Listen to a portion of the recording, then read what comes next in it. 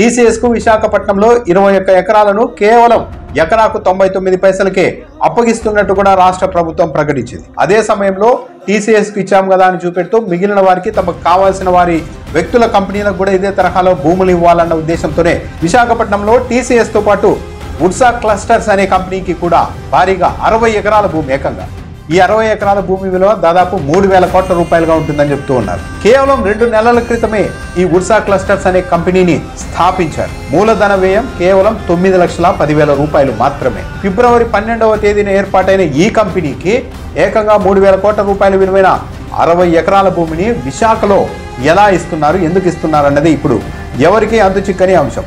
దీనికి కూడా కేబినెట్ ఆమోదం తెలిపింది. హైదరాబాద్ వేదికగా ఏర్పాటైన ఈ కంపెనీని స్థాపించింది ఎవరు అంటే ఏపీ వాళ్ళే. పెందుర్తి విజయ్ కుమార్ అనే వ్యక్తి ఒకరు కాగా మరొకరు ఒక సాఫ్ట్వేర్ ఇంజనీర్, అమెరికాలో సాఫ్ట్వేర్ ఇంజనీర్, ఏపీకి చెందిన అబ్బూరి సతీష్. ఈ ఇద్దరు కలిసి ఈ కంపెనీని ఏర్పాటు చేశారు. ఇలాంటి కంపెనీనే మరో కంపెనీ చింతా గ్రీన్ ఎనర్జీ. ఇది కూడా హఠాత్తుగా 2 నెలల క్రితమే స్థాపించబడింది. తిరుపతి సత్యసాయి జిల్లాలో 10,000 కోట్ల రూపాయలు గ్రీన్ ఎనర్జీలో పెట్టుబడులు పెడతాం అంటూ ఈ కంపెనీ ఒప్పందం చేసుకుంది. ఈ కంపెనీ ఎవరిది అంటే నవయుగ సంస్థ గ్రూపుకు చెందిన విశ్వేశ్వరరావు ఈ కంపెనీ డైరెక్టర్. రామోజీరావు వాళ్ళ బంధువులకు సంబంధించింది. గ్రీన్ ఎనర్జీ తయారు చేస్తామంటూ 1000 ఎకరాల భూమిని అక్కడ తీసుకునేందుకు సిద్ధమవుతున్నారు. అంటే ఇది కూడా ఒక విధంగా మాయాజాలమే.